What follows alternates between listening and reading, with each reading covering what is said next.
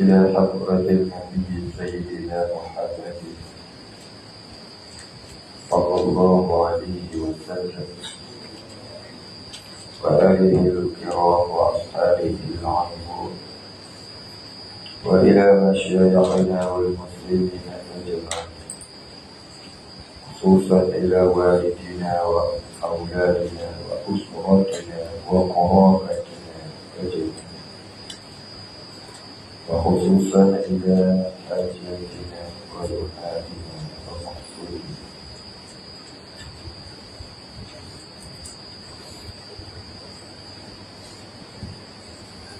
وخصوصا إلى سيدنا شيخنا الشيخ العبد الصالح وأهل سلسلة وأصوله وفروعه وآخرها شيء لله الفاتح. أعوذ بالله من الشيطان الرجيم. بسم الله الرحمن الرحيم. الحمد لله رب العالمين الرحمن الرحيم مالك يوم الدين إياك نعبد وإياك نستعين اهدنا الصراط المستقيم صراط الذين أنعمت عليهم غير المغضوب عليهم ولا الضالين.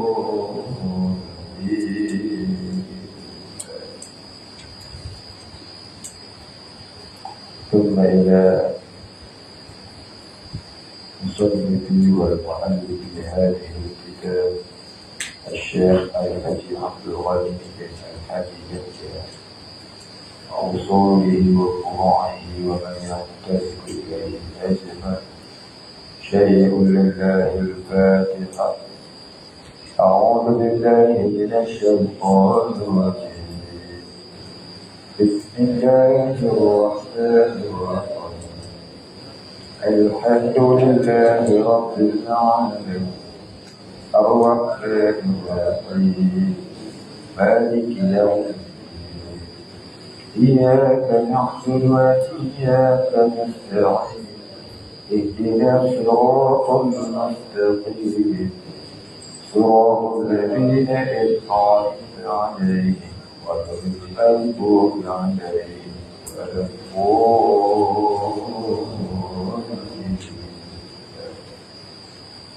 أعوذ بالله من الشيطان الرجيم. بسم الله الرحمن الرحيم. الحمد لله رب العالمين وصلى الله على سيدنا محمد وعلى آله وصحبه أجمعين. اللهم اغفر لنا ذنوبنا وارحمنا وأنت الغفور الرحيم. اللهم اغفر لنا ذنوبنا ولوالدينا وارحمهم كما ربيانا صغارا، ولمشايخنا وللمسلمين أجمعين برحمتك يا أرحم الراحمين. اللهم إنا نسألك ونتوجه إليك بنبيك سيدنا محمد صلى الله عليه وسلم. يا محمد يا محمد يا محمد يا محمد إنا نستشفع بك اللهم ببركة نبيك سيدنا محمد صلى الله عليه وسلم وببركة هذه الكتاب علمنا يا الله بعلم الذكر، علمنا يا الله بعلم الدين، علمنا يا الله بصفاتك وبأسمائك العظيم يا أرحم الراحمين. اللهم اجعلنا من المتقين اللهم اجعلنا من العارفين اللهم اجعلنا من الحبيب يا أرحم الراحمين يا أرحم الراحمين يا أرحم الراحمين اللهم شفع النبي فينا يا الله يا الله يا الله ربنا آتنا في الدنيا حسنة وفي الآخرة حسنة وقنا عذاب النار صلى الله على سيدنا محمد وعلى آله وصحبه أجمعين سبحان ربك رب العزة عما يصفون وسلام على المرسلين والحمد لله رب العالمين.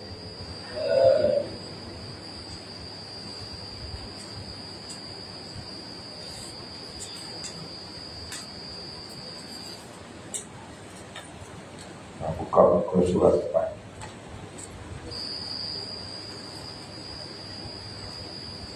Bismillahirrahmanirrahim. قال المصنف والمؤلف رحمه الله تعالى ونفعنا به وبعلومه وبركاته آمين يا رب العالمين. قال المصنف بسم الله الرحمن الرحيم.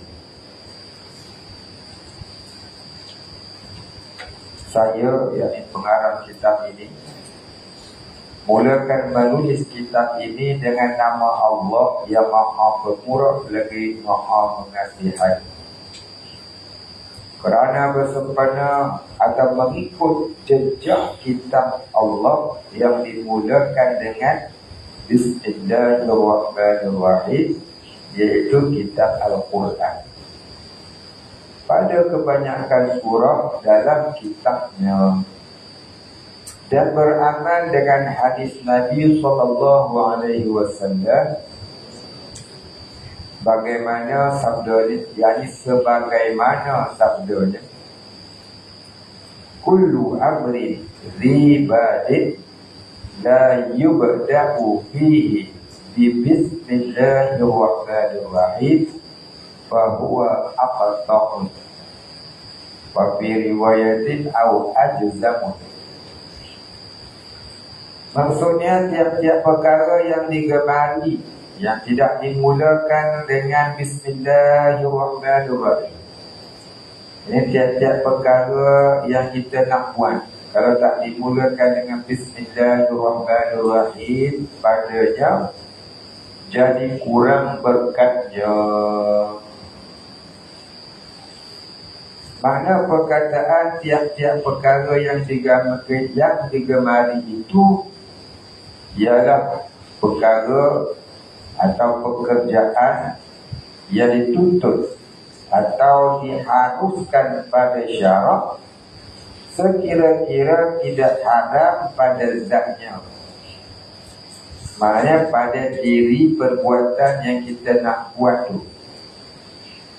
Kalau haram, maka haramlah baca bismillah. Kita nak curi, baca bismillah. 2 kali haram. Satu haram mencuri, satu haram baca bismillah. Tidak makruh pada zatnya. Kalau makruh macam mana? Kalau makruh ni tidak makruh pada zatnya, makruh pada perbuatan. Zatnya tak makruh, perbuatan tu makruh. Macam makan petai, makan bawang. Makan petai, makan buah kenok, makan buah jeri, makan bawang, tu busuk. Ini makruh perbuatan, air dirinya tak makruh, maka sunat baca bismillah. Jangan makan buah petai. Makruh nak baca bismillah? Tak. Pasal bukan air dirinya yang makruh. Perbuatan tu. Terkadang perbuatan tu tak makruh lah, kalau kita niat nak berubat. Bukan zikir tulis. Bukan zikir tulis. Jadi zikrun mahdud. Zikrun mahdud. Apa zikrun mahdud? Zikir mahdud ni maknanya zikir yang murni. Zikrun mahdud ini zikir yang murni. Maknanya amalan yang diamalkan semata-mata kerana Allah. Itu namanya zikir mahdud. Zikir yang diamalkan semata-mata dengan kerana Allah, yang tak bercampur dengan niat yang lain. Ada setengah orang dia baca surah Waqiah niat nak jadi kaya, jadi tak mahdud lah. Tak murni ya, pasal dia ada niat nak dunia. Ada orang baca ayat 1000 dinar pasal nak jadi kaya, millionaire, trillionaire. Ada niat tu dah, niat nak dunia tu tak jadi zikrun mahdud, tak jadi zikir yang murni ya. Zikir ni dulu ada 3 kan? Zikir hasanah, zikir darajat, zikir sayyi'at. Dan bukan perkara yang ditutup oleh syarak dimulai dengan lain daripada Bismillahirrahmanirrahim. Maknanya ada perkara yang ditutup oleh syarak, tapi tak ditutup baca Bismillah. Contohnya seperti baca khutbah Jumaat. Baca khutbah tak ditutup baca Bismillah. Dia ditutup baca apa? Alhamdulillah pada mula. Mana ada tu khatib ni tanibah baca Bismillahirrahmanirrahim. Yang tua baca Alhamdulillah. Nabi kata kullu amrin dzibalin la yubda'u bihi bilhamdulillahi rabbil alamin fa huwa afdal. Setiap amalan yang baik kalau tak dimulai dengan membaca Alhamdulillah, maka terpotong pada pihak barakahnya. Baik, habis. Tapi Alhamdulillah pada awal khutbah Jumaat itu rukun. Tinggal baca Alhamdulillah, bukan kata tak dapat pahala, tak sah Jumaat. Tak sah khutbah, tak sah Jumaat. Maka perkara yang haram pada zatnya seperti zina, haram dimulakan dengan Bismillah. Nak mencuri baca Bismillah, haram. Itu haram pada zat. Tetapi perkara yang haram dengan sebab yang lain, seperti mengambil wudu dengan air yang dirampas dari hak orang lain, sunat juga dimulakan dengan Bismillah. Kerana haram itu dengan sebab yang lain, iaitu merampas. Yang haramnya merampas, tapi berwudu itu wajib sebelum solat. Jadi kalau air yang dirampas kita buat wudu sah tak? Sah. Cuma ni pahala tak ada. Pahalanya tak ada. Macam orang kerja yang pendapatannya haram. Orang bekerja pendapatannya haram. Dia beli kain semayang, dia beli baju semayang, dia beli sorban, dia beli jubah, dia beli rida, dia beli tasbih. Dia pun semayang. Semayang dia sah. Semayang dia sah, tapi tak ada pahala. Pasal dia guna duit haram.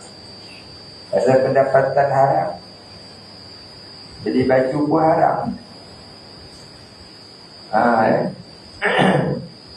Pasal hasil dia tu daripada sumber yang haram. Tapi sembahyang sah. Tutup aurat sah tak? Sah, tapi dosa. Tak apa? Pendapatan haram. Contohnya dia kerja di institusi yang mengamalkan riba. Tak kira lah, bukan kata bank saja. Kedai-kedai yang mengamalkan riba, dia tulis siap lah. Bayar muka 120, tiap-tiap bulan 120. Pasal apa? Kalau cash 3,000. Kalau hutang bulan 120 selama 5 tahun. Lebih itu dia kira interest. Dia sebut siap dan interest. Interest tu bunga lah, riba. Kita kerja di situ, bersekongkol dengan dia, bersyukur dengan dia. Jadi kita lagu mana? Kerja syarikat elektrik. Kalau bukan kata kerja bank saja. Kita kerja di kedai yang banyak benda-benda haram. Kerja kedai ucik tapi dia jual kasbel. Dia jual jenis stok, okal ke, Allah deh. Dia jual benda-benda haram lagi. Ya. Contohnya dia jual sabun-sabun yang ada khinzir. Makanan-makanan yang ada khinzir. Dia duduk kerja di situ.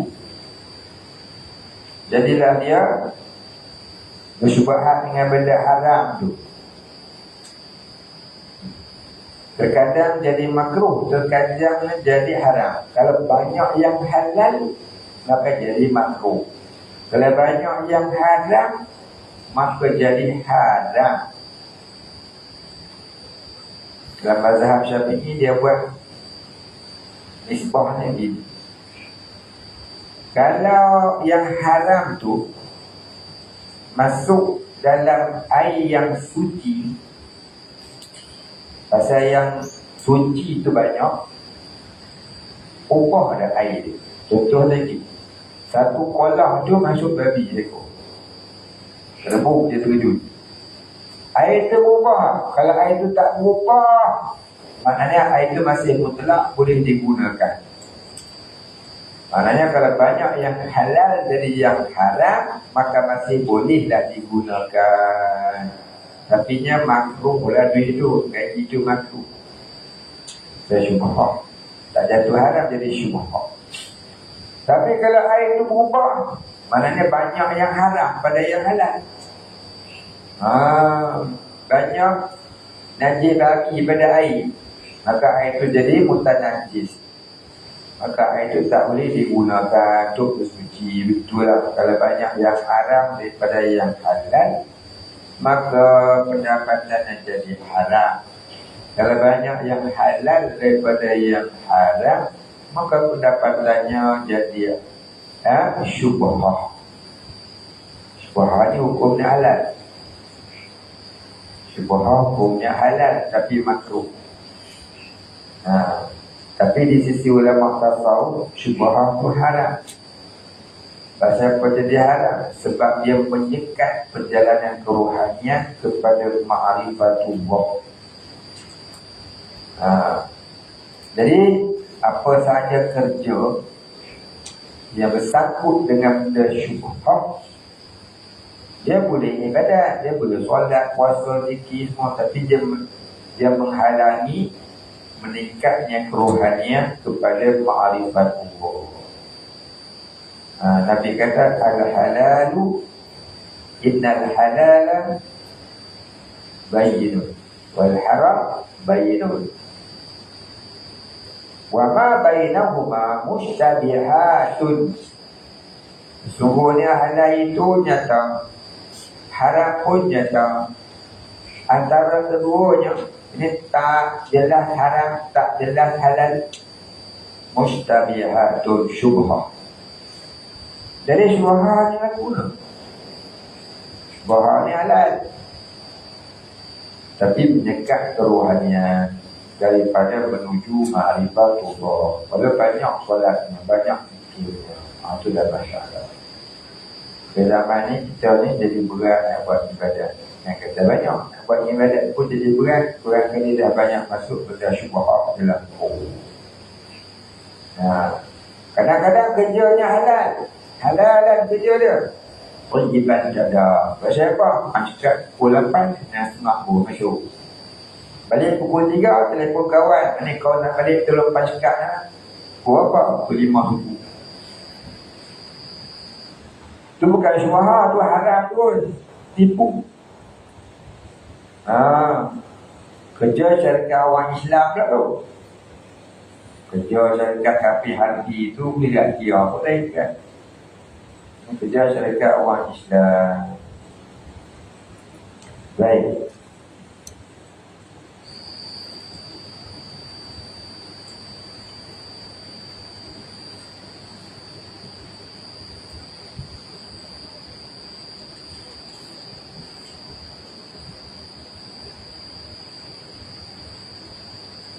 Dan perkara yang makruh pada zatnya seperti makan bawang putih mentah, makruh dimulakan dengan bismillah. Baik, dalam kitab ni dia kata makruh, tapi dalam kitab ni dia kata tak makruh. Yang makruhnya makan. Nak baca bismillah tu tak makruh, bahkan masih sunat baca bismillah. Kalau tidak, makan dengan syaitan. Tak ada baca bismillah.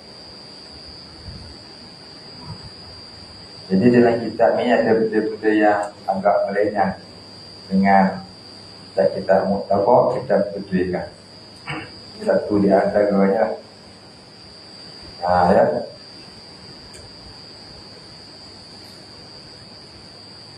Dengan air yang dipanaskan dengan cahaya matahari dalam bijana yang berkarat, sunat dimulakan dengan bismillah. Kerana makruhnya dengan sebab yang lain, iaitu air panas. Demikian juga tidak dituntut membaca bismillah jika hendak membaca zikir tulis. Seperti nak membaca la ilaha illallah, tu zikir maksud zikir yang sudah termaklum, ianya afdal zikri. Afdal zikri la ilaha illallah. Maka taklah kita sunat baca bismillah. Atau subhanallah. Pasal apa? Ada hadis nanti kata kullu amrin tibadin la yubda'u bihi bi subhanallahi wa huwa aqtam.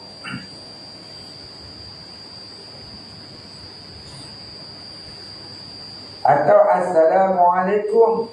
Macam seumpamanya assalamualaikum tak perlulah baca bismillah. Contohnya kita dah habislah baca bil alamin innaka hamidum majid. Nak baca apa? Assalamualaikum belah kanan.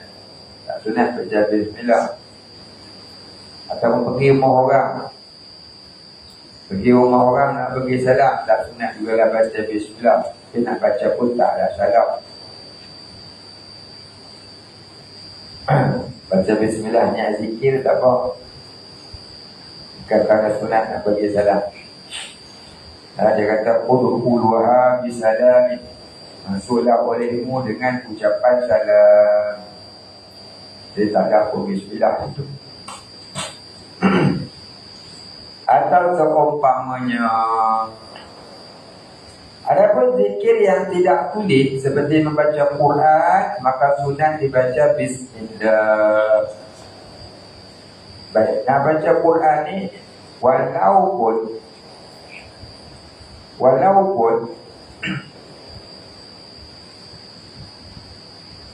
di tengah-tengah surah, mana tak ada lah bismillah bukan? Nak baca ayat kursi umpamanya. Ayat kursi itu di tengah-tengah surah Al-Baqarah. Kita nak baca ayat kursi, tak ada apa bismillah. Sudah tak baca bismillah. Baik. Di sana ada khilaf ulama. Semua ulama kata kalau di tengah-tengah surah tak ada bismillah, sunat baca a'udzubillah sahaja, tak sunat baca bismillah. Tapi disebutkan dalam kitab I'anatul Talibin. Dia kata apa? Walaupun tak ada bismillah, sebab di pertengahan surah, kalau nak mulakan di tengah-tengah itu masih sunat membaca bismillah. Contohnya nak baca ayat kursi. Baca ayat kursi itu tengah-tengah surah. Maka masih sunat baca bismillah menurut kitab I'anatul Talibin. Ada satu surah tak sunat baca bismillah pada awalnya, tapi sunat baca bismillah akan dimulakan pertengahannya. Bahkan kalau baca bismillah pada awalnya hukumnya haram. Siapa tahu surah itu? Oh, semata. Oh, alim takut. Ini yang tak tahu ni, tak nak baca Quran pun. Dah hafal Quran sampai 12 juzuk, tak tahu surah apa. Sebab malu company. Tak tahu, tanya orang tahu. Malah ke bawah tu, dia tahu. Tak tahu baca Quran sampai 6 kali khatam, dalam puasa 7 kali khatam. Tu dia tahu. Tanya orang tahu, malah nak ke bawah. Siapa tahu dia yang kat ni?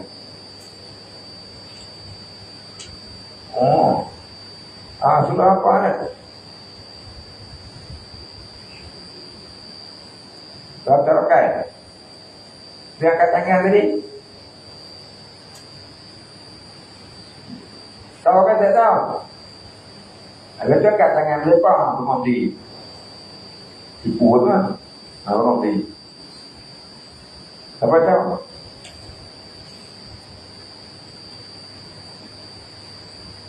Lain-lain tak tahu tak nak baca Quran.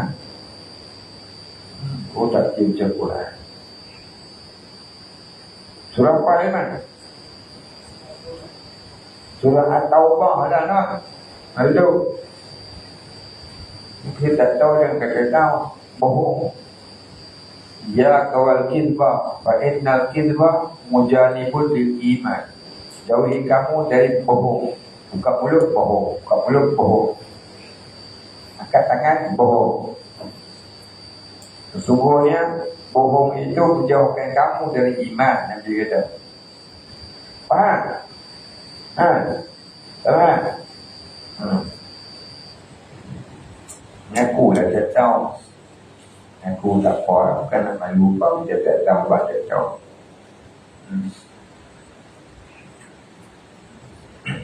Walaupun dia tahu, tapi tak tahu. Tahu tapi tak tahu. Baik, habis. Dan lagi tidak dituntut membaca bismillah pada perkara yang dituntut pada syarak. Dimulakan dengan yang lain daripada bismillah, seperti khutbah Jumaat, khutbah raya dan sebagainya. Jadi maksud tiap-tiap perkara yang digemari dan yang ada nilainya pada syarak itu ialah perkara yang lain daripada yang tersebut itu. Seperti hendak makan, hendak minum, hendak baring, hendak tidur, hendak jalan, hendak menulis, hendak mengaji, hendak bersetubah dan sebagainya yang bukan dipandang rendah atau hina, seperti hendak berludah, hendak kentut. Kentut je bismillah. Tak payahlah tu benda tu yang dipandang rendah, perbuatan low class. Hendak berak atau sebagainya, itu tak sunat baca bismillah. Baik, habis.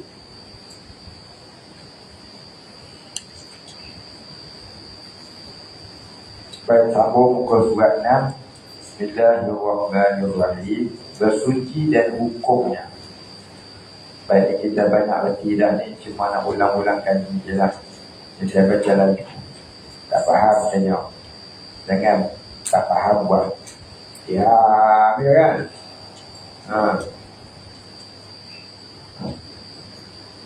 Saya tu tak bila saya tanya semua tahun 2 tahun lepas. Saya tanya, siapa tak hafal kunut? Ya, apa pun tak katakan. Tes tengok tu dia. Suruh baca kunut, kentut. Tak nak mengaku. Ni kata faham boleh tanya. Dengan malu nak tanya. Bersuci dan hukumnya adalah bersuci itu dalam percakapan hari-hari, yang pada lugah, pada bahasa, maknanya membersihkan. Orang Arab sebut taharah.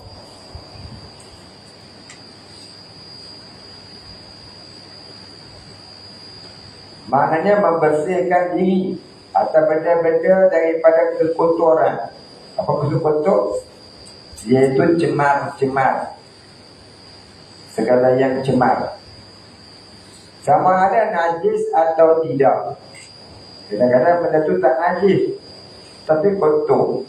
Orang panggil cemar, seperti sedut, daki, hidung. Hidung najis. Kat tengah. Siapa tak tahu hidung najis ke tak? Tak tahu. Tahu budak, tak tahu budak. Lupa. Ingat lima duduk mana ada kan? Kok dia menulis dia apa kan? Oh tak tahu, ada juga orang tak tahu. Satu. Cici loro, belu, empat. Lima orang tak tahu di hidung nanti ke tak? Mata. Di hidung, di mata, di telinga, di pusat tu tak najis. Yang najis di punggung. Bang, keluar punggung tu najis. Jadi di mata, di telinga, di hidung, di pusat, di bawah, di ketiak, itu namanya cemar. Yang luas ataupun yang cemar dalam kitab tua. Tapi dia tak najis. Jadi kalau tengah sembahyang, di hidung jatuh atas baju, betul tak sembahyang? Tak betul lah, dia tak najis. Mau dia kotor, nak ambil makan lah. Walaupun dia tak najis, tapi haram dimakan. Oh tak najis hidung, makan. Lapor ni kan?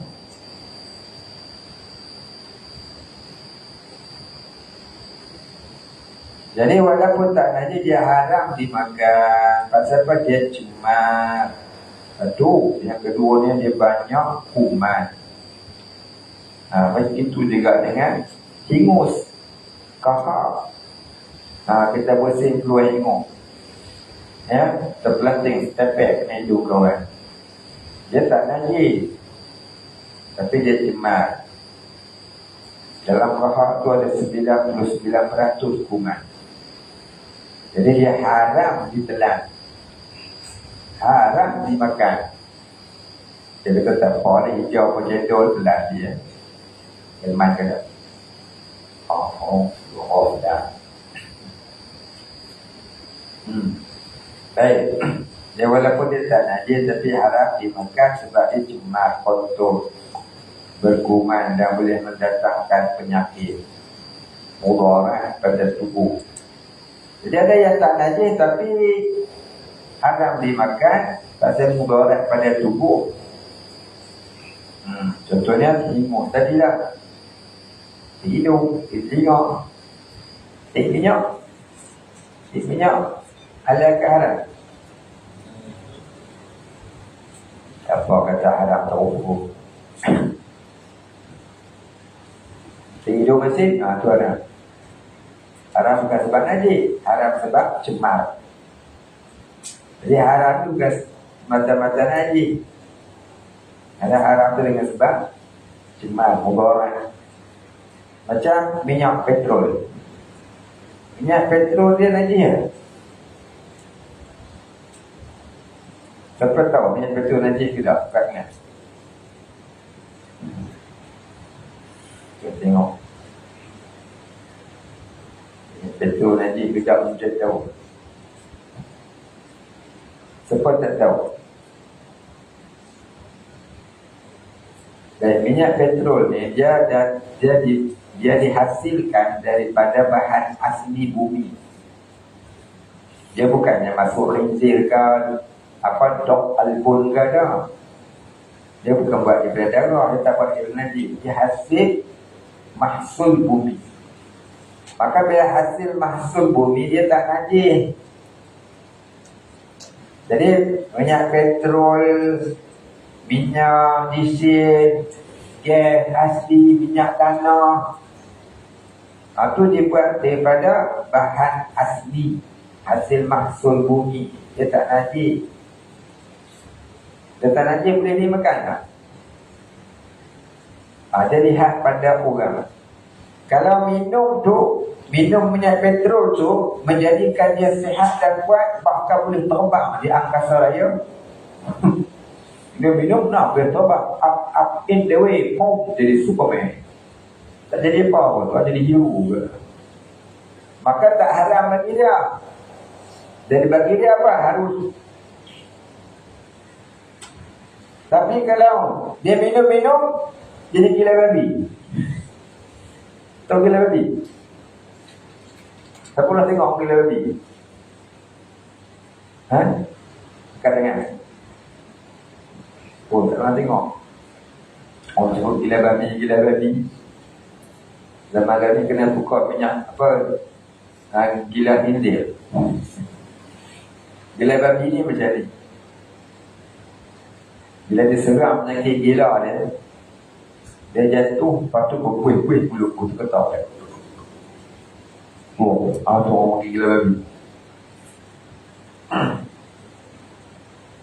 Tak payah kan? Minum petrol jatuh, gila babi dia. Berpuih-puih mulut. Yang tu haram. Yang tu jadi haram minum minyak petrol. Begitu juga makan kacau. Makan kacau hukumnya haram bagi orang yang kalau dia makan tu mudarat. Tapi kalau dia makan kacau tu jadi hero dah. Macam makan maku. Macam keropok leko. Keropok dengan sedap pula. Cek doktor. Kata dia sihat, tak ada apa masalah. Pagi-pagi cari kacau makan. Tapi macam ni kata orang yang bocah makan. Tak apa, dia boleh nak makan. Tapi harap lah dia tunggu itu punya kata orang.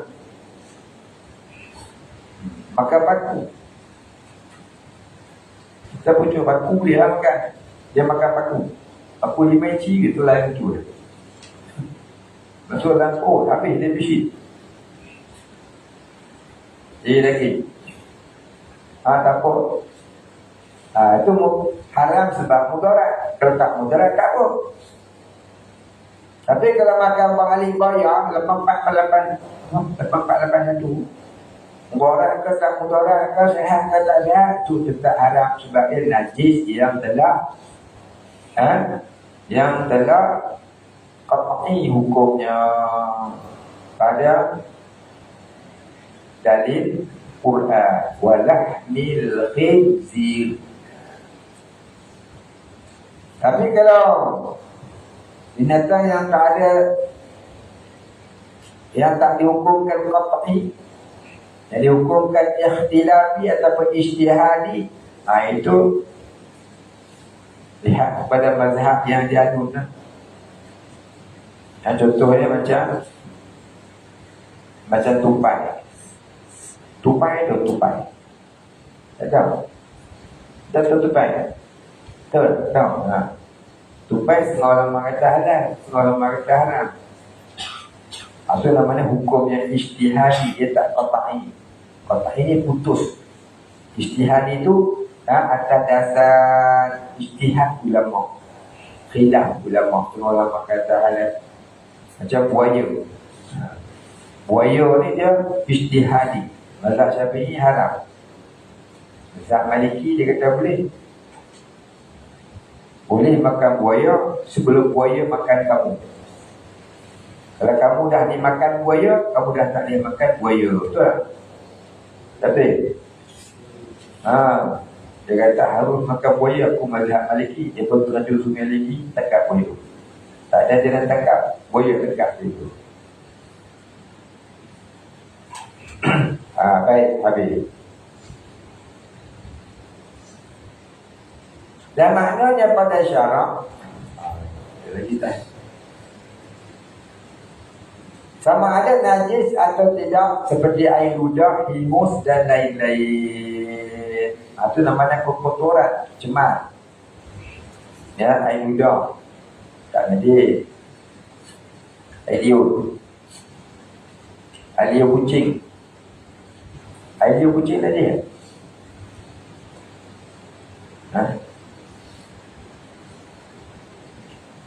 Air liur binatang selain anjing dan babi tidak najis. Darah dia, bangkai dia, daging dia, kalau haram dimakan, haram kan. Air liur dah. Kucing jilat pipi dah. Najis tak? Tak najis dah. Tapi kalau anjing, tu bohong lah tau. Bukan cakap najis, berat lagi. Dan hari ni orang Melayu bela anjing macam bela kucing. Pakai tudung, tapi bela anjing, peluk anjing, cium anjing, jilat anjing. Bodoh, tak pernah dia jauh. Itu nama dia.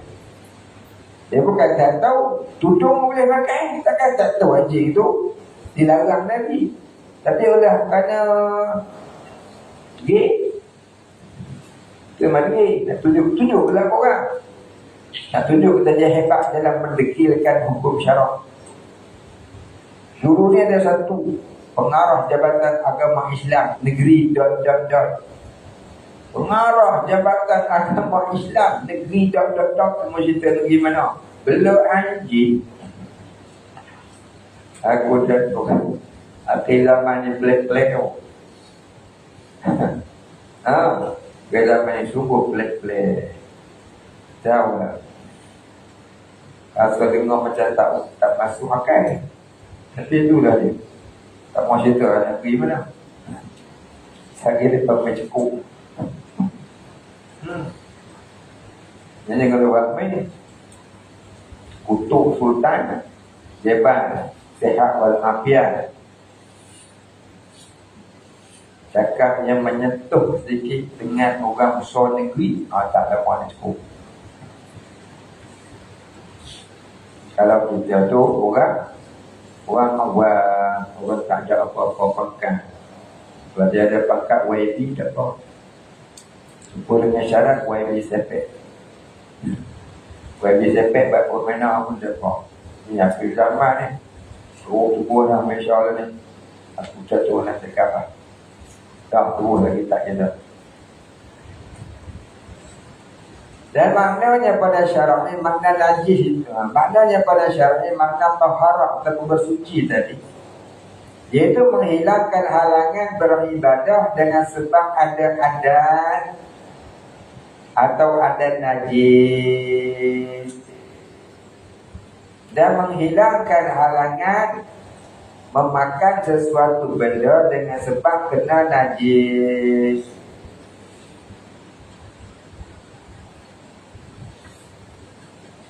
Dia kata apa? Dan maknanya pada syarak, yang makna taharah pada syarak, menghilangkan halangan beribadah dengan sebab ada hadas atau ada najis.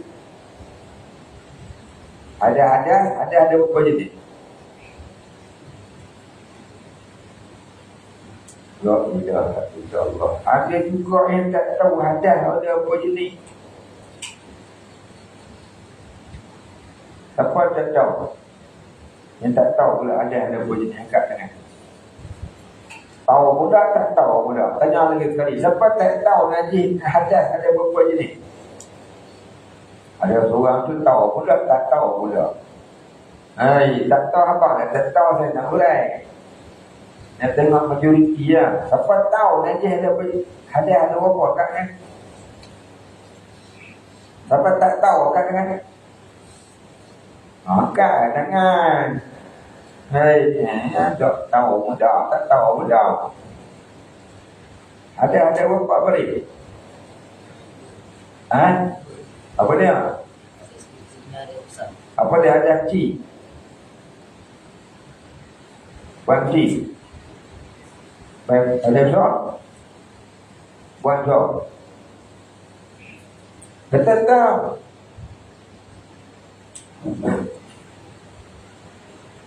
umur dah 14 tahun ada kecil, kita tahu.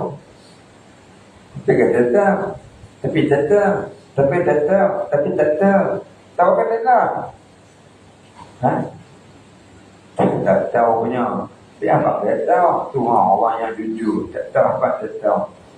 Ada dengar sini, ada kecil kita tahu. Ada kecil tu mana tak ada wuduk. Ada kecil tu mana tak ada wuduk. Tak ada wuduk tu ada kecilan. Orang yang tidak ada wuduk tu namanya ada kecil. Itu senang bahasa.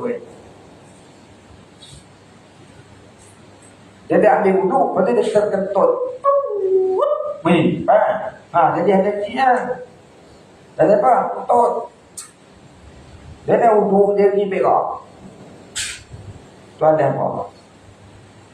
Dia kecil ke dia besar? Perit. Dia besar lah, apa besar? Oh, ya Allah, tak tahu. Siapa tahu?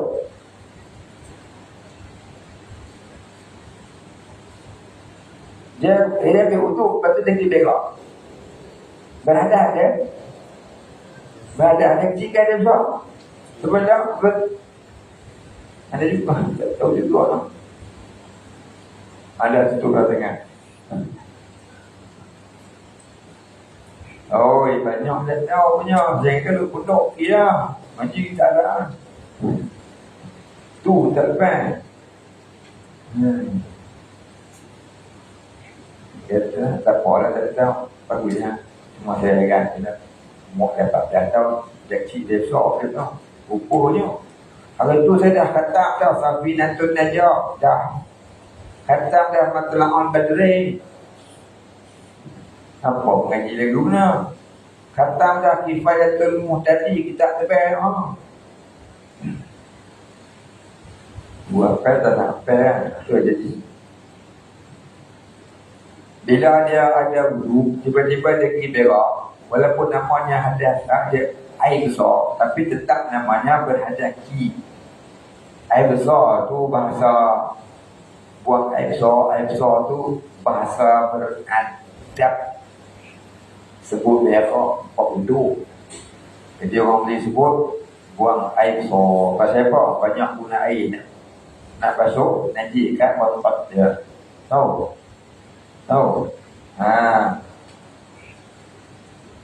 Ini bukan seorang dah tahu, ni ramai. Jika kita tanya tadi 5 orang, kita tanya lagi jadi 10 orang. Kompok tak? Kata pakai kuntau dia pun tak ada harap. Dia tanya.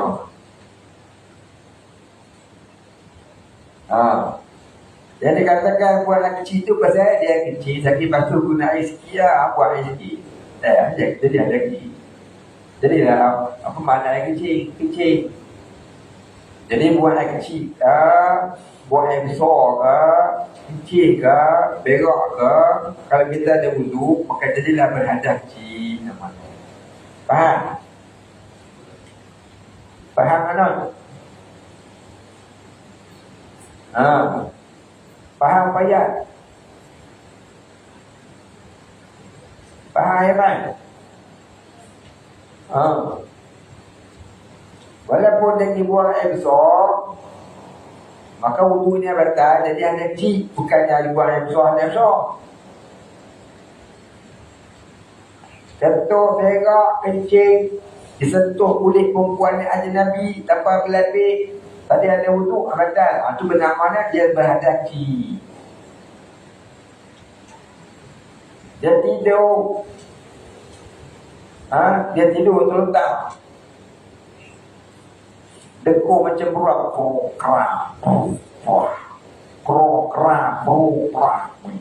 Jaga-jaga. Oh, tadi aku dah ambil wuduk, boleh bayar. Boleh bayar tak?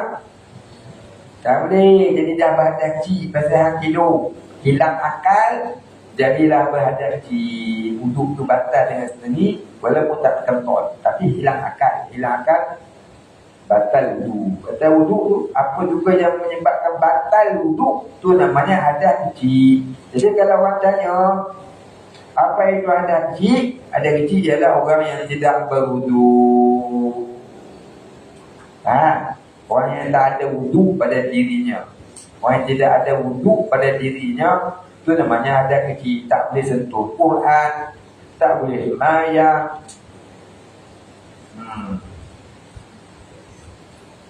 Apa ada besar?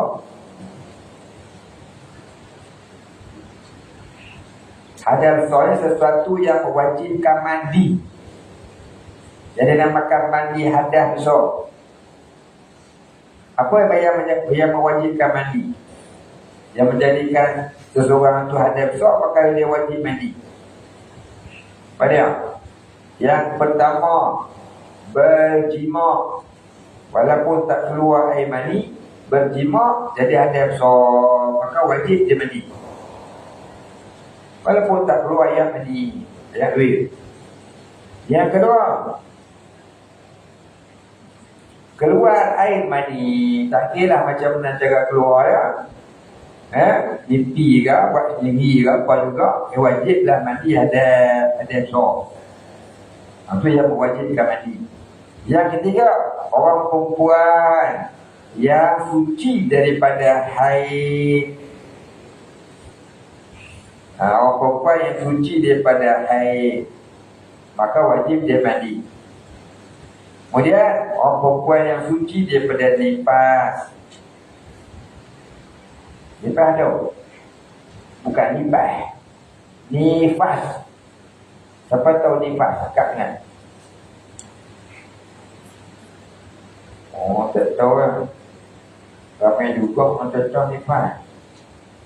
Si Cilo tu tak pernah belajar ke apa? Orang tu apa nifas ni? Nifas virus. Tu dah kata tadi. Apakah tembak negara jatuh kepada virus? Tembaklah virus ni. Tu kata tadi, hang kata mengaku pandai tu, mengaku tahu dia pun kalau tanya tadi hang boleh gelak. Dia tembak lah, tembak kena ada bola. Maka tembak. Bolehlah kawan. Tak apa ada berani, tapi dia bukan tembak tak syok. Siapa tahu ni pak? Dah sikit dah. Tadi ramai.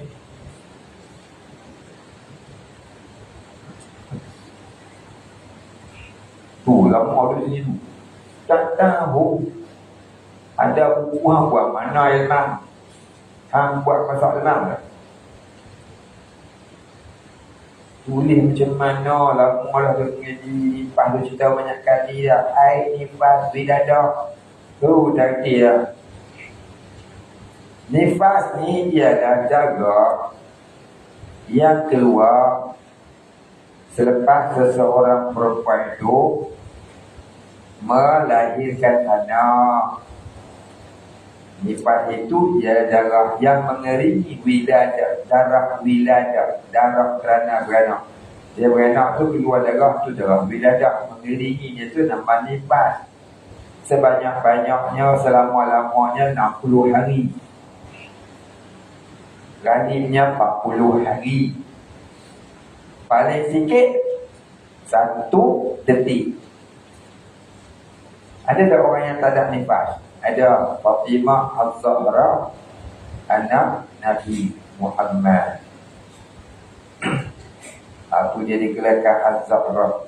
Pasal dia tak ada nifas dan tak ada haid. Suci dia. Tu tanya tak tahu pula lah tu. Pirana. Mana tembak-tembak ni kan. Dan udah ke dalam. Bawa.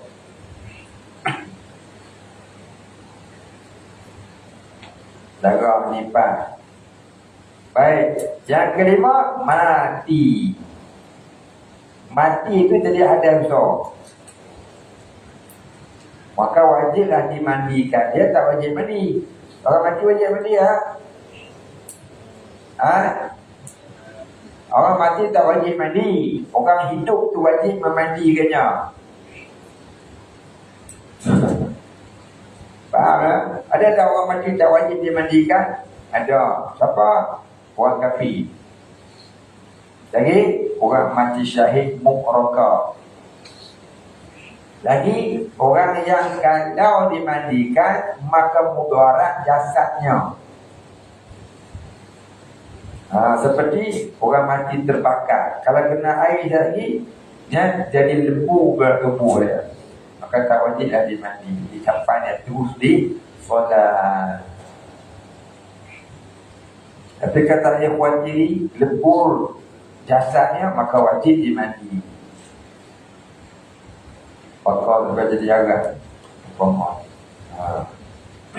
lagi siapa lagi wajib mandi? Nombor 6 ni orang kafir yang masuk Islam, di mana masa kafirnya pernah melakukan hadas besar, pernah berlaku hadas besar dalam hidupnya.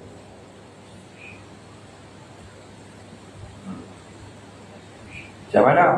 Dia pernah keluar air mani, dia pernah berjimah, dia pernah datang haid dan nifas, maka wajib dia mandi. Baik, apa tu lah hadas besar? Hadas ni maknanya halangan ataupun yang menutup.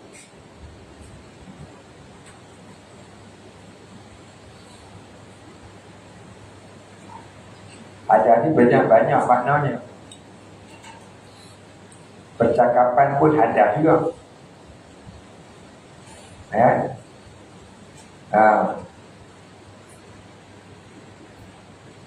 Hadatsana telah memberitahu kepada kami, telah berkata kepada kami. Hadatsana telah berkata kami. Maknanya apa? Berkata-kata. Hadas sebuah hadis ataupun hudus, itu namanya makhluk, benda baru. Benda baru pun hadas juga. Mukhalafatuhu lil hawadith, salah hal dengan segala yang baru. Jadi dia banyak maknanya, lihat pada kehendak ayat. Faham ada? Betul, saya cerita sekarang ringkas. Kamu bagi takrif dia panjang sangat, tapi ni. Jadi ingat, kaedah sudah lah, bagi senang faham. Hadas kecil tak ada wudu. Hadas besar kalau yang mewajibkan mandi. Sesuatu yang mewajibkan mandi, maka itu namanya hadas besar. Mandi apa? Bukan makan gedung-gedung barang yang pada mandi tu. Berdebu-remah bunyi air. Sudah ke atas tu. Upah air teju. Mandi apa? Mandi apa? Apa tahu? Tak tahu lah. Mandi apa? Mandi wajib lah cik. Mandi ada besar, mandi wajib. Sebab tak tahu mandi wajib kan? Tak tahu mandi wajib. Agaknya betul-betul saya tanya je. Macam mana mandi wajib? Angkat. Oh dia. Aduh, kau tak tahu mandi wajib. Jami, saya tak agak nak cerita lagi tu, cerita satu orang. Tuhan tak mau angkat tangan tu kan dia agak tahu. Sakit tanya habis, rupanya tak tahu. Berfayat. Ya, Syekh Fayat tanya habis. Mandi wajib ni macam mana? Tu saya kata ada. Tak mengaku tahu dulu, tak challenge saya. Dia saja balik angkat tangan. Dia pun tetap. Tadi dia mengaji dengan Syekh Hamid. Sebab kita tahu dia wajib angkatkan. Lain-lain 1, 2, 3, 4. Oh, dengan pula 1, 2, 3, 4, 5, 6. Tu dia 7, 8. Tu dia. Habis. Ni kalau kita tanya apa 12. Bawa buku, saya mengaji dengan dia. Buka kitab, Safi Natun Najah. Dalam tu saya dah hurai pejam lagi. Safi Natun Najah pun dah jadi tajak lah. Tak ada lagi ya. Tadi ni terlebih jumpa Syekh Syahri. Ditanya dia, tulis cara mandi wajib, sebab apa kena mandi wajib. Nanti saya nak tanya. Jangan mengaji dengar ceramah lah, tulis. Pada tu tulis macam mana nak mandi wajib, rukun mandi wajib, sebab apa kena mandi wajib, macam mana cara mandi wajib. 3 tu sudah. 3 lah. Mandi wajib sudah lah. Mandi wajib tak duduk pondok, tak mandi wajib. Itu dah jauh lah. Tak khatam lah kita. Yang baru dah lah. Hadis lama. Belakang tu lama. Betul khatam lah. Safinatun Najah. Kitab Safinatun Najah dah jadi tajak. Kita orang balik rumah lah. Buat buku belajar. Tapi beriuk buat ilmah. Oh, balik beriuk lah. Kau buat buku ilmah. 3 bulan puasa. Tak tahu lah. Mengaji buat main-main, benda wajib. Kalau tak sah. Saya ingat tu orang Allah nak pergi ambil tarekat dengan bakti Malaysia. Tua lah dia. Tua bila saya ambil. Saya masa tu 30-an. Awal dekat 50.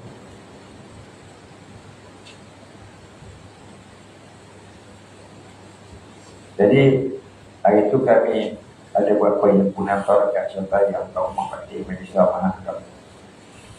Ikut saya tu termasuklah Muslidah, Syekh Abdul Rashid, Syekh Jimla, Syekh Al-Fawadi, Syekh Rosli, Sajaya. Adalah orang lagi. Ada seorang hamba Allah nak bertorekat. Dia kata, sebenarnya nak bertorekat, menyadari sahab saja. Allah. Lepas tu, dia main abang kata dia. Dia kata, Pakcik tu jumpa Ustaz. Saya buat. Saya nak bertorekat. Itu Pakcik kata, saya tak nak bertorekat. Mana yang dia susah saja. Saya pun heran juga. Ini bahasa simbolik ke? Bahasa simbolik ke? Betul-betul punya bahasa ni.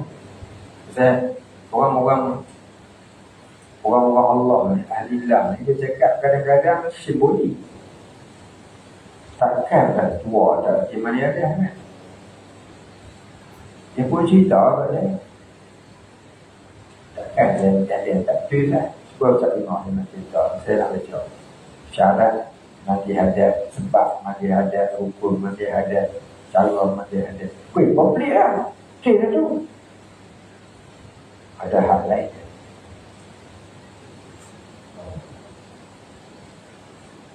Jadi benda ni akhirnya gantung tahu apa sebab nanti kita nak pergi berjalan. Kadang-kadang apa nama niat kita, orang lagu tu ni dia baca sampai dalam hati. Dia baca sampai dalam hati. Niat kita nak betulkan buat apa, main buat apa. Ada pernah dia suruh balik.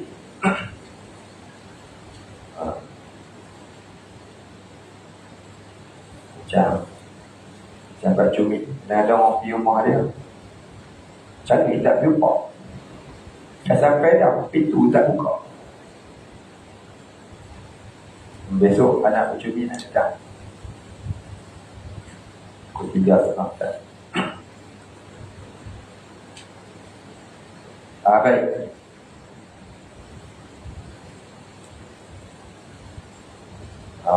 Kat mana ada kita nanti? Kat mana ni?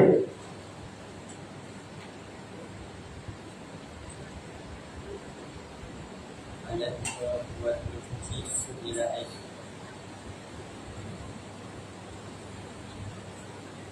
Atau ada najis itu. Maknanya ada penyebab yang menyebabkan terhalang beribadah sebab ada najis. Jadi yang menghalang ibadah ni yang pertama kalau berhadas, sama ada kecil ataupun ada besar, ataupun ada najis. Dan menghilangkan halangan memakan sesuatu benda dengan sebab kena najis. Jadi kita kena faham sesuatu yang kena najis namanya mutanajis, tak nama najis. Ini kena faham ini banyak. Kadang-kadang kita lingu kat sini. Contohnya apa? Darah sembelih ayam kena dekat pisau. Atau ketika dulu ada lah orang kata, bila darah kita sembelih ayam, darah tu kena pisau. Jadi dah sembelih itulah darah kena pisau kan? Betul tak Ilman? Oh, laju tu. Jadi pisau tu dihukumkan najis kah? Apa dia?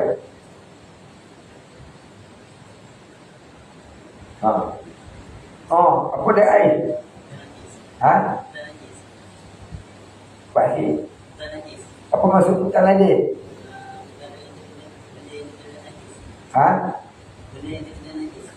Benda terkena najis.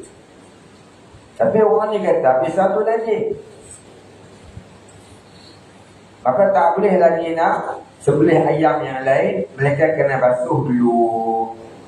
Kalau disembelih juga tak sah, maka jadilah ayam yang kedua sebab pisau tu tak basuh, tak boleh dimakan, jadi bangkai. Allah. Ini sebab tak faham mana itu najis, mana itu mutanajis.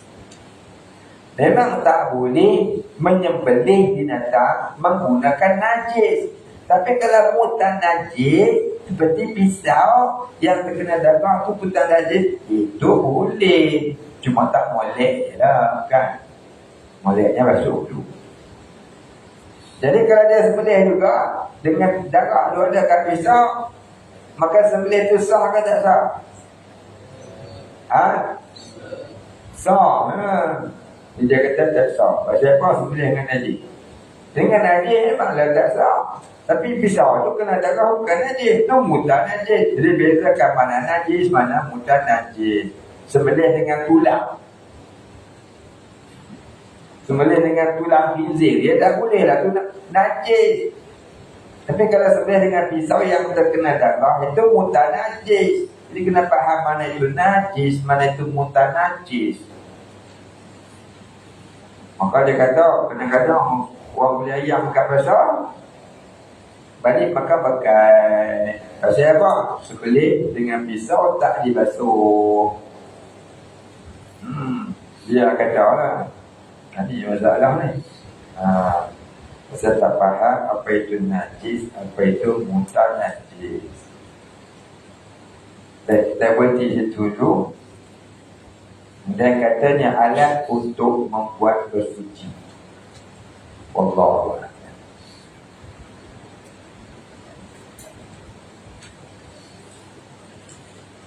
Baik, soalan. Assalamualaikum cikgu. Waalaikumsalam cikgu.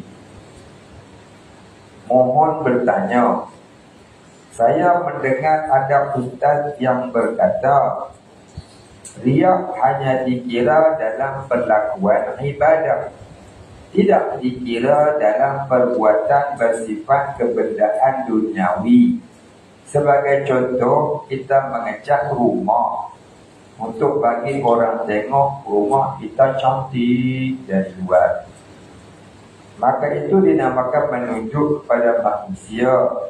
Cuma tak salah, sebab ia bukan bersifat ibadah. Adakah betul begitu cikgu? Bolehkah cikgu menjelaskan? Baiklah cikgu, dengar molek. Dalam kitab Ihya Ulumuddin, Imam Ghazali menukilkan sebuah hadis. Nabi kata, barang siapa membesarkan dan mencantikkan rumah untuk menunjuk-nunjuk kepada manusia, maka di padang mahsyar nanti dia akan menanggung rumah itu di atas belakangnya. Kalau faham hadis tu, fahamlah jawapannya. Siapa kak dia tak faham? Kat tangan. Siapa kakak dia faham? Ada orang faham budak, tak faham budak. Ada orang faham budak, faham budak.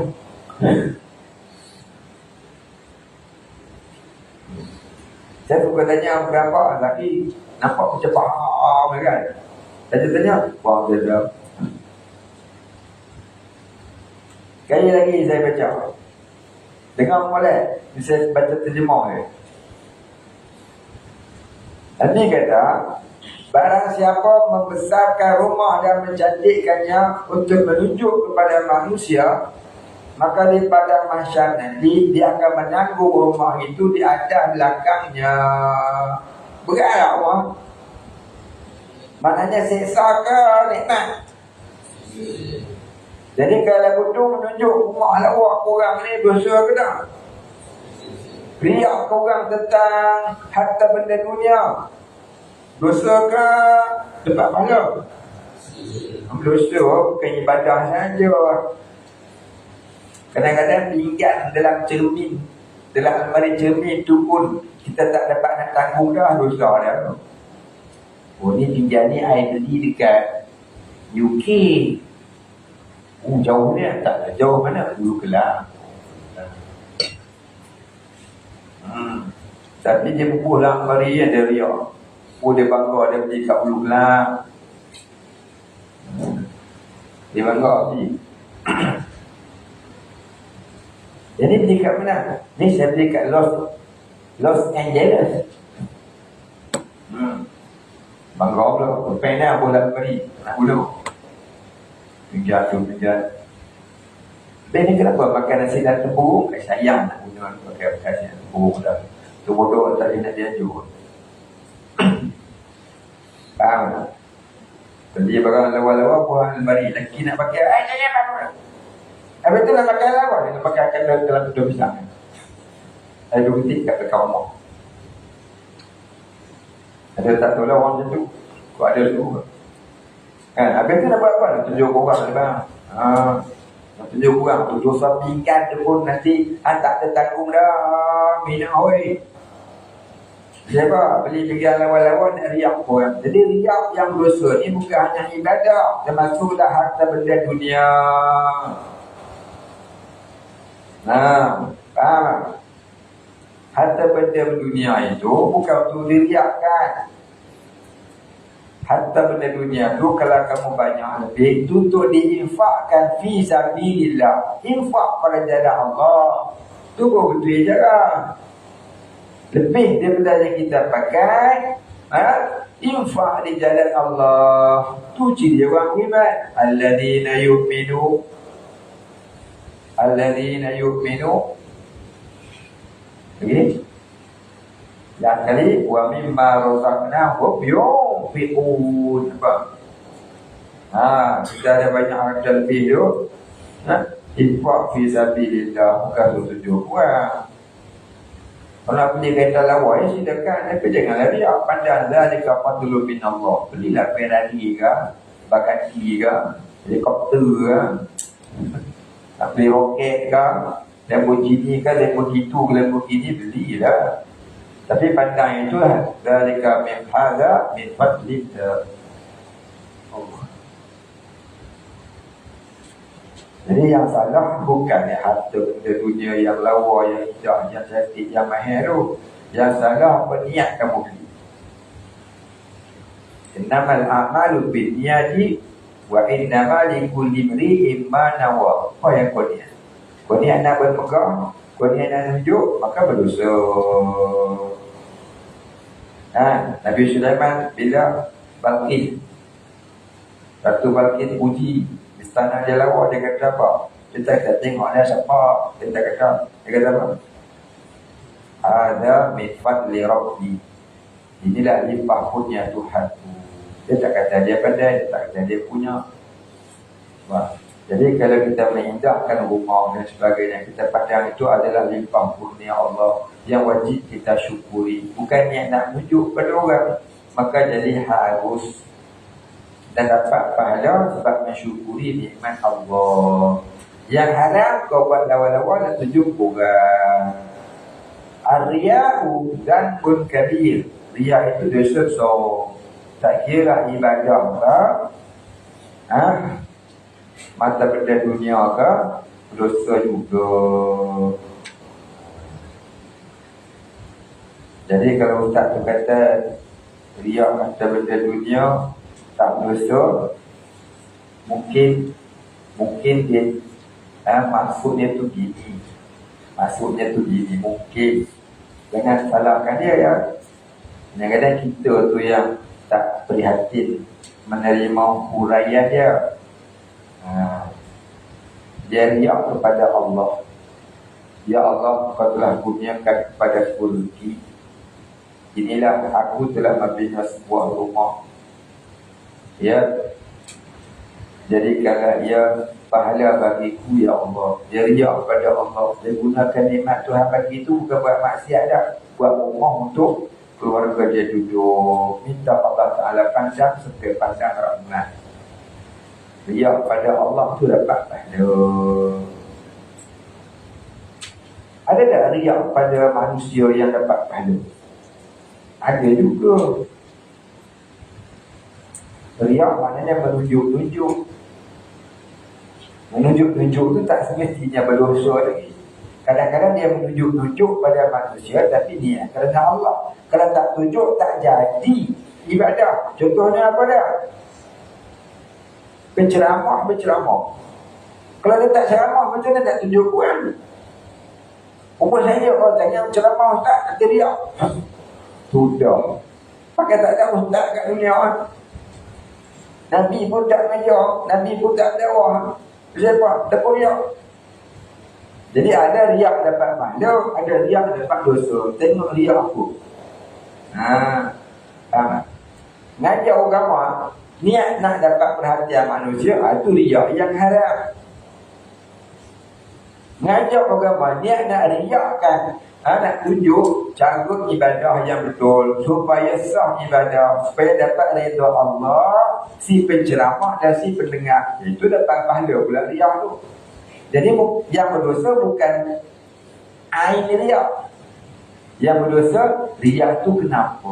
Barangkali ustaz tu nak cerita lagu tu. Dia tak salah lah ustaz tu. Cuma kadang-kadang kita tu yang salah. Faham. Boleh. Jangan terus menyalahkan ustaz. Saya tak boleh, saya cikgu. Cikgu Jaya. Baik, faham tak? Dia dimaklumkan. Macam mengumpat lah. Bukan ain mengumpat tu yang haram. Cara mengumpat tu. Sombong. Bukan ain sombong tu yang haram. Cara sombong tu. Takabur. Bukan ain takabur tu haram. Cara sombong tu. Cara takabur tu. Seperti mana kata Imam Syafi'i, takabbara ma'al mutakabbiri. Takabburlah kamu dengan orang yang takabur. Maknanya apa? Takabburlah kamu dengan orang yang takabur dengan Allah. Orang takabur dengan Allah, kita kena takabur saja. Dia lawan Allah, kita kena lawan balik. Dia lawan Nabi, kita kena lawan balik. Dia lawan agama, kita kena lawan balik. Tak boleh dah bodoh tengok untuk sekolah, nanti takabur dulu. Itu bukan berpahala. Itu namanya apa? Bodoh. Tahu? Itu namanya orang yang mendiamkan diri apabila agama dihina. Orang yang mendiamkan diri apabila agama dihina, itu namanya apa dia? Syaitan bisu. Itu mana takabbara ma'al mutakabbirin. Jadi bukan ain takabur tu berdosa, cara takabur tu. Faham? Itulah dengan riak tadi. Boleh faham? Faham kan tak? Tu ya. Siapa tak faham? Kau faham tak? Riak ke, takabur ke, hubung dunia ke. Ada hubung dunia dapat pahala. Apa dia? Kasih Nabi. Nabi pun dunia ke akhirat? Dunia juga. Lain pada Allah semua dunia. Tapi itu dunia yang disuruh kita kasih mak ayah kita. Mak ayah kita dunia ke Allah? Dunia. Tapi dunia itu disuruh kita kasih. Jadi hukum dunia ni bukan mestinya haram. Hukum dunia akan benar. Harta. Kenapa? Sebab dia kurniaan Tuhan yang wajib kita jaga. Jangan sampai jatuh ke lembah yang haram. Tak apa. Kasih harta jangan sampai jatuh ke lembah yang haram sebab takut azab Allah. Maka kasih yang begitu tak dilarang. Hukum dunia yang disuruh. Kita kasih kitab kita jaga kitab kita. Dia agak-agak kulit dia dah macam nak lekap dia. Jadi pula plastik kulit buku balok dia bagi lawa kasih. Tu kasih buku tak kasih dunia. Dunia juga, tapi dunia yang disuruh kita kasih. Maka tak ada berdosa. Boleh faham? Baik. Maksud kata hukum dunia rasul khati'ah. Kasih dunia tu kepala segala kejahatan. Ialah kamu kasih dunia yang menyebabkan kamu jauh dari Allah. Kalau kamu kasih dunia yang mendekatkan diri kepada Allah, tak apa kamu sayang kereta kamu. Pasal apa? Kereta ni lah aku buat pergi masjid ngaji untuk ilmu, jumpa tok guru, jumpa syekh sana, syekh sini. Maka kita kasih dia pasal apa? Senang kita nak pergi mengaji, senang nak pergi masjid. Maka itu tak apa. Yang haramnya beli kita lawa-lawa kasih pasal apa? Nak tunjuk orang kata kita ada kereta lawa. Yang tu yang haram. Jadi tak salah aku nak pakai Ferrari ke apa, tak ada masalah. Masalahnya niatnya apa? Innamal a'malu binniyati wa likulli imri'in ma nawa.